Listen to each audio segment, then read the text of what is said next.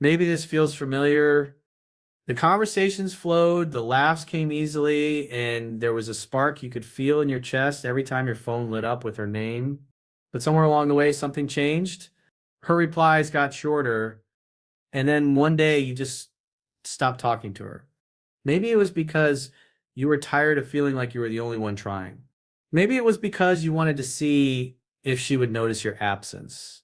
Or maybe you just couldn't handle the slow fade anymore. And now here you are wondering what she's thinking. Does she miss you? Does she even care? Or is she relieved that the silence finally came? If this is you, you know that strange mix of emotions that hits when you pull away. Part of you feels stronger, like you finally stopped chasing. But another part of you feels this ache, this gnawing question, will she even notice I'm gone? You check your phone more than you want to admit. You think about posting something, not for attention from the world, but just to see if she'll react. You wonder if she's talking to someone else, if she's laughing with another man the way she used to laugh with you. And then late at night, the real thoughts come. Did I mean anything to her at all? Was she ever as interested as I thought? Or, and this one hurts the most, did I already lose her before I even stopped talking to her? Maybe this is the first time you've gone silent with a woman and you're not sure what will happen next. Or maybe you've been here before, you've pulled away from someone, and a few days later she suddenly came rushing back asking why you disappeared. The truth is, the moment you stop talking to her, you trigger something. Something in her mind. Something in her emotions. And what she does next says more about her feelings and about you than anything she said before. And do you even know what her reaction really means? Most men completely misread what happens when they stop talking to a woman. They think it says about playing a game, triggering jealousy, or making her chase. They believe that pulling away is a tactic, a way to get control back, a way to win, and that belief is exactly why it backfires. Here's the reality. If you stop talking to a woman purely to manipulate her reaction, you're still making her the center of your world. You're still basing your value on whether she notices you're gone. And when your self-worth depends on her attention, you're not in control. You're still chasing, just in silence. Silence isn't Zet a weapon. It sets a boundary. It's not about punishing her. It's about protecting your own energy when you feel your respect, your presence, or your value isn't being met with the same intention. A man who uses silence as a game is hoping she'll come running back. A man who uses silence as a boundary is prepared to move forward with or without her. Most men stop talking and then spend every hour wondering when she'll reach out. That sip is not strength. That sepsis is waiting. And waiting is just another form of chasing. The 3% man, he doesn't stop talking to prove a point. He stops because he's no longer willing to invest in a connection that's not mutual. It sets not a dramatic exit, it sets a quiet decision. When you stop talking to a woman, one of two things will happen. She'll lean in or she'll fade away. Most men obsess over which outcome they'll get, but the truth is the outcome doesn't define your worth. Her reaction is simply information.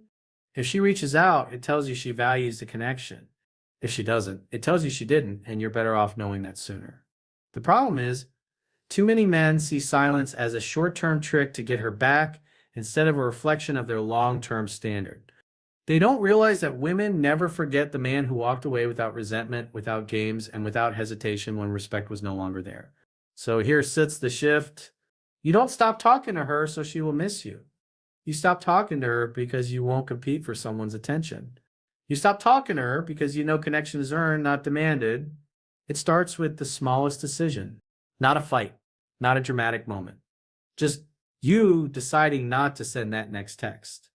You've been carrying the weight of the conversations for weeks now. She used to meet you halfway, laughing at your jokes, asking questions, telling you little details about her day. But lately, you've been the only one reaching out. Every reply from her feels thinner, shorter, colder. And even when she responds, it's like she's already somewhere else. Tonight, you sit with your phone in your hand. The screen lights up with her name, but it's not a message. It's just the chat window you opened without thinking, your thumb hovering over the keyboard. You could send something. You could make the effort again. But you don't sit. You close the screen, place the phone face down, and lean back in your chair. The room feels different when you stop chasing. There's no ping, no vibration, no little rush of dopamine. Just quiet. And in that quiet, a strange mix of emotions starts to creep in. First, there sits relief. Relief that you're not bending yourself into another shape just to get her attention. Relief that you're no longer auditioning for a part you already played well. But then there sets the ache. The ache of wondering what she's thinking right now. Is she noticing the silence? Is she wondering why you haven't yet reached out? The days pass. You catch yourself unlocking your phone, scrolling, searching for her face in your feed, even though you promised yourself you wouldn't. No subtle clue, no breadcrumb to tell you she sits missing you, until one night it happens. Your phone buzzes. It sits her. It sits not an apology. It sits not a confession of missing you. It sips something small, almost insignificant. A song you once sent her. A random question about something you talked about weeks ago, but it sits there. She reached out. Because in the days you weren't speaking, you saw yourself more clearly. You saw how much space you'd given her in your head. You saw how much of your energy had been spent trying to hold something together by yourself. Sometimes she still come back. Sometimes she nets. One of the biggest lies men tell themselves in this situation is this: if I stop talking to her, she still instantly come running back because she still missed me. It sounds good in your head, doesn't set it? You picture her scrolling through your old messages, replaying your voice in her mind, staring at the phone and wondering why it's so quiet. You imagine her finally realizing what she had and rushing to bridge the gap. And in your mind, the silence is like a lever you can pull, something that automatically flips the balance of power in your favor. But here's what most men don't want to admit: it doesn't always work that way. Some will, some won't sit. And if you go silent with the expectation that her reaction will prove something about you, you've already given away your power. The problem is the need behind it. If the only reason you stop talking to her is to get a reaction, you're not actually stepping into your strength. You're still chasing. You're just doing it in a quieter way. And here's the uncomfortable truth. When your worth depends on whether or not she notices you're gone, you're still letting her be the one who decides how you feel about yourself. It sits not a cheat code. It sits not a guarantee. And if you use it as a tool to manipulate her, you'll spend every second of that silence waiting instead of living. I want you to understand this. The man who is unforgettable isn't the one who uses silence to provoke a reaction. He sits the one who uses silence to reclaim himself. He's the one who recognizes when a connection is becoming one-sided and makes the decision to pull back, not out of anger, not out of spite, but because he refuses to keep pouring himself into a space where the energy isn't matched. His silence isn't set to trick. It sets a standard. The second one, it's just as damaging and maybe even harder to shake. If she doesn't set reach out, it means I never mattered to her. I know why you believe this. If she misses you, you mattered. But that SIP's not how human connection works. Sometimes she won't reach out because her pride won't let her. Sometimes she's in her own world, dealing with her own battles, and her silence has nothing to do with you. And yes, sometimes she sits moved on. But here's the thing: her reaction doesn't rewrite history. It doesn't erase the moments that were real. It doesn't mean you weren't important in the time you shared. And that value doesn't vanish because she doesn't text you back. She didn't ghost you. You disappeared from yourself. That line might sting a little, but I want you to sit with it. Because more often than not, the real loss doesn't happen when she pulls away. It happens when you lose sight of the man you were before you met her. The man who had his own interests, his own drive, his own identity outside of the relationship. Will I stop waiting for her validation and start validating my own worth?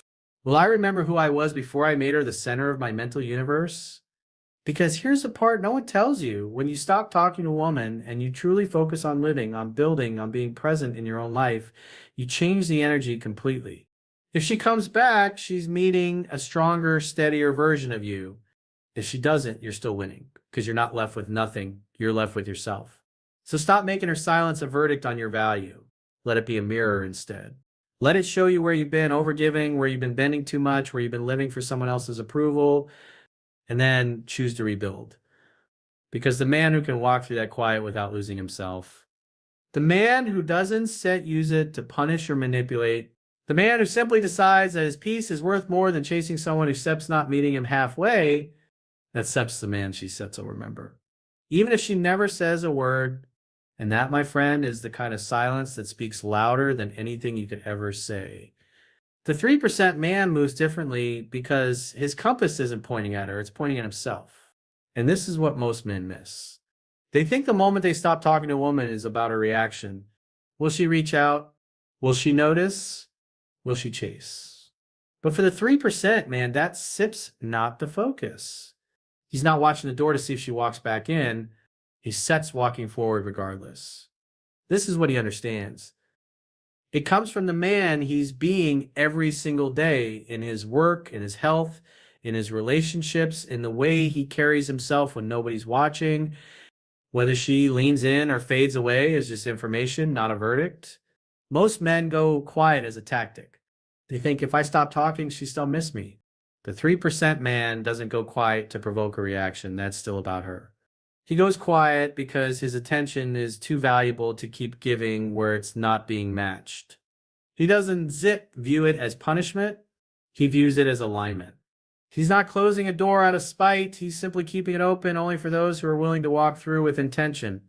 This is how he leads, with presence, not pressure. When he sits with her, he sits fully there. His focus is undivided. His words are deliberate. His energy is rooted. He doesn't scatter his presence trying to force closeness. He allows connection to deepen naturally. And when he's not with her, his life doesn't pause like an empty stage waiting for a return. He's in motion, building, creating, living in alignment with his mission. He knows his time and energy are investments, not giveaways. He understands something most men never learn. Attraction isn't sustained by constant contact. It's sustained by depth, depth of self, depth of purpose, depth of integrity. And respect, that's earned by holding standards, not by clinging or convincing. That's why his silence is different. It sits not cold. That's not laced with resentment or desperation. It sits calm. It sets a quiet boundary that says, I know my value, and I once overextend it where it sips not reciprocated. With other men, when they stop talking, the silence is heavy. She can feel the need behind it, the unspoken hope that she'll break first. She can sense the ticking clock of his patience, the way he's still orbiting her even without speaking. That's not attractive. It's pressure without presence. With the 3%, man, the silence is steady. It sits not loaded with expectation. It sits not a tool to make her feel guilty. It's simply space. Space where his self-respect lives, where his focus returns to his own path. She doesn't feel manipulated. She feels his groundedness. Even in his absence, she feels the weight of his presence because it's not dependent on constant proximity. And here's the thing, the 3% man never sits by the phone wondering if she'll validate him. He knows the moment he gives his emotional state over to her reaction, he's surrendered his power. So he doesn't ask, he keeps his center. He understands that if she comes back, it's because she wants to, and if she doesn't, it's not a loss, it's clarity. It only makes room for someone whose energy matches his. This is the shift most men never make. For the 3%, man, the goal is to stay himself, to never let the presence or absence of one person dictate the quality of his life. And that's why she never forgets him. Not because he played the game better, not because he outsmarted her, not because his silence made her chase. She never forgets him because he was unshakable. It was a third night of silence. The kind of silence that doesn't just sit in the air, it presses against your skin. The kind where the hum of the refrigerator, the ticking of the wall clock, the distant sound of a car passing outside all seem louder than they should. You were sitting on the edge of your bed, elbows resting on your knees, phone face down beside you, not scrolling, not texting, not even checking the time. Just sitting there staring at the floor, feeling the weight of the quiet settle into the room. In the beginning, this quiet felt like loss, like something was missing, like a part of you had been removed and the absence was echoing through every hour. You told yourself you were fine, that this was your choice, that you were taking your space. But deep down, you knew you were still waiting for her name to light up the screen, waiting for that one notification that would tell you she noticed, that she cared, that she missed you. But tonight felt different. The quiet didn't feel hollow anymore. It didn't feel like an empty room. It felt full. And you realized what it was full of, pieces of yourself. Pieces you hadn't seen in a while. The version of you who didn't check his phone every 5 minutes. The man who had his own thoughts, his own plans, his own rhythm. The man who didn't live on someone else's clock. It dawned on you that you hadn't really gone silent to take your power back. You'd gone silent hoping she would give it back to you, hoping she would notice the gap you left and rush to fill it. And in that moment, a truth settled in your chest like a stone. She never had your power to begin with. You had given it away, bit by bit, text by text, response by response, leaving parts of yourself at her doorstep, hoping she'd hand them back wrapped in validation. You sat there staring at the glow of the streetlight through your window, and you felt something subtle but undeniable shift inside you. Your breathing slowed. Your shoulders softened. The tension you didn't even know you were carrying began to dissolve. You weren't set waiting anymore. Not in the way you had been. The phone was still there, silent and dark, but it didn't feel like a lifeline now. It felt like an object, just a thing on the nightstand. You could pick it up. Either way, it wouldn't define the next hour of your life. And in that moment, you started remembering.